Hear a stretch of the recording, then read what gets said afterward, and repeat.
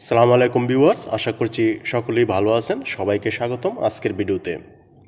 আজকের বিষয় বগলের কালো দাগ দূর করুন একদিনেই।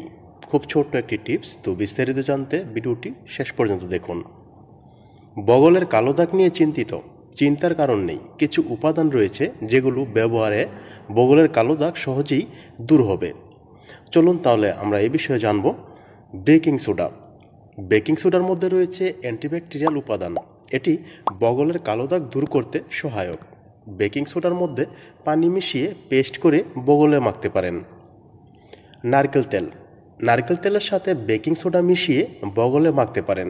কালো দাগ দূর করার পাশাপাশি এটি গন্ধও কমাবে।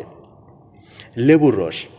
লেবুর রস বগলের কালো দাগ কমাতে সহায়ক, তাই এটিও ব্যবহার করতে পারেন। আরও রয়েছে টমেটো। টমেটোর মধ্যে রয়েছে ব্লিচিং উপাদান।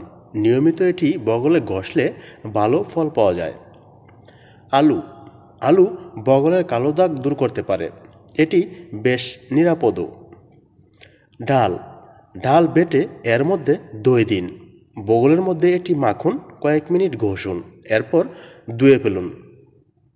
অ্যালোভেরা। বগল ওয়াক্স করার পর অ্যালোভেরার রস লাগাতে পারেন। এটি ত্বককে নরম করবে এবং কালো দাগ দূর করবে। কফি। কফি মৃত কোষ দূর করতে কাজ করে, ত্বককে উজ্জ্বল করে।